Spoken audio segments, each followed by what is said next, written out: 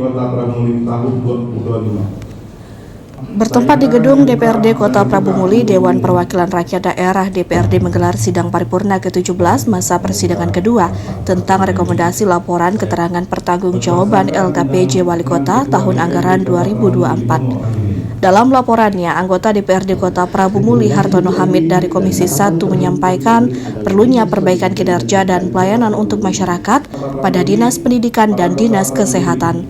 Ketua DPRD Kota Prabu Muli Denny Victoria berharap dengan diserahkannya hasil rekomendasi bagi setiap organisasi perangkat daerah, OPD nantinya dapat lebih baik dalam menjalani fungsi organisasi pemerintahan serta pelayanan kepada masyarakat. Juga untuk diserahkan kepada rekomendasi ini diserahkan kepada pemerintah kota yang sebagai bahan untuk melaksanakan kegiatan di tahun selanjutnya. Berarti banyak rekomendasi yang kita sampaikan ke pemerintah. Ada beberapa poin kita sampaikan ke pemerintah.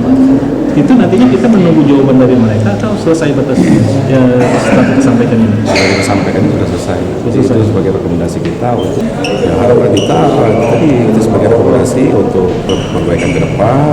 Harapan kita biar dari OPD yang rekomendasi biar lebih baik lagi lah ke depan melaksanakan kegiatan.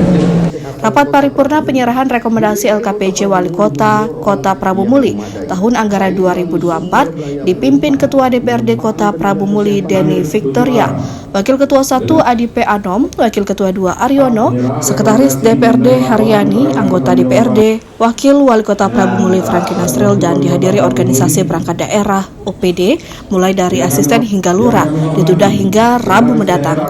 Dari Prabu Muli, Sumatera Selatan, Beri Prima, iNews melaporkan.